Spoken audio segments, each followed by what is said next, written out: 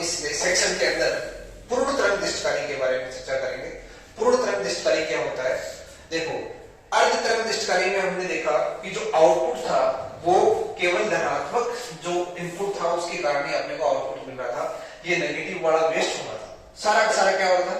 Waste हो जा रहा था, ये कोई काम नहीं हो रहा था, इसको हटा दे रहा था दिष्टकारी। पर क्या ये वोल्टा हम काम में ले सकते हैं? बिल्कुल ले सकते हैं, पूर्ण तरंग दिष्टकारी के अंदर। फटाफट देखते हैं इसकी संरचना किस तरह से होती है। इसमें इनपुट पे वही ट्रांसफार्मर, यहां पर एक डायोड लगा था, एक डायोड और लग जाता है, दो डायोड लग जाते हैं। और यहां पर एक विशेष ध्यान रखना, यहां पर लोड प्रतिरोध यहां नहीं है, यहां लोड प्रतिरोध इन दोनों के बीच में यहां पर इस कोयल से सटा हुआ रहता है। यानी ये कोयल के दो टुकड़े हो गए एक तरह से। ये कोयल ऐसी है, इस कोयल के अंदर यहां पर लोड प्रतिरोध लगा रहता है और लोड प्रतिरोध पर हमेशा क्या मिलता है अपने को? आउटपुट मिलता है ना। अब देखो लोड का मतलब क्या होता है?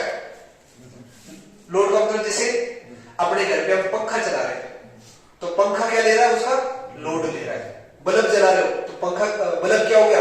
लोड हो गया। तो लोड का मतलब जो भी आपकी डिवाइस है उस पर लोड आ रहा है एक तरह से, है ना। जैसे मोबाइल चार्जर है तो मोबाइल चार्जर पे आउटपुट जो आएगा वो किसको चार्ज करेगा? बैटरी को। बैटरी क्या होगी? लोड होगी, है। तो ये लोड हो गया एक तरह से। अब यहां पर चार्ज आ गया, पर ध्यान रखना बैटरी से पहले फिल्टर परिपथ और होता है यहाँ पर, उसको मैं थोड़ा सा नहीं बताऊंगा, कॉम्प्लिकेटेड हो जाएगा आपके सामने। बस आप जस्ट ऐसे समझ के चलो कि यहाँ कुछ न कुछ होता है। वो क्या होता है? यहाँ पर मोबाइल एडेप्टर के केस में बैटरी होती है। अब यहाँ क्या होगा? जैसे देखो पहली साइकिल, इस फर्स्ट साइकिल ये कैसी होती है? पॉजिटिव 0 से t/2 में। तो ये पॉजिटिव सिरा, ये नेगेटिव सिरा। ये जब पॉजिटिव सिरा है तो ये डायोड कैसा है?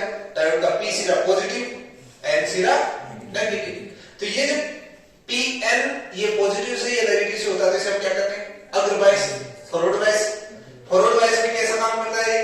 एक सीधे तार की तरह काम करता है, जिसमें सीधी सीधी धारा बह रही है। जब सीधे तार की तरह काम करता है तो इसमें आपको आउटपुट मिल जाएगा। आउटपुट कैसा मिलेगा? ऐसा मिल जाएगा। तो आप उसी केस में अब एक चीज और नोटिस करो, आप जब ये काम करता है तो क्या ये काम करता है? देखिए ये नेगेटिव टर्मिनल दूसरी तरफ से पॉजिटिव, ये P जब नेगेटिव से कनेक्ट है, N पॉजिटिव से कनेक्ट है, तो क्या ये काम करेगा?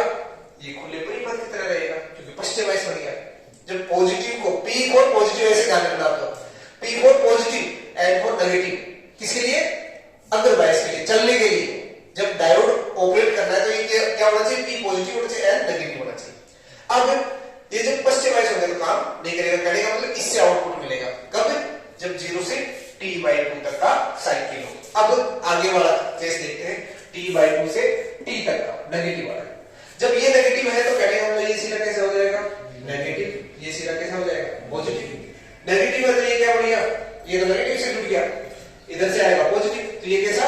Reverse bias. और ये पॉजिटिव है, ये फॉरवर्ड बायस, अदर बायस। तो ये अदर बायस हो गया, यानी इसके कारण आउटपुट मिलेगा। तो ये जो दूसरा आउटपुट मिल रहा है किसके कारण? डायोड D2 के कारण, ये डायोड D1 के कारण।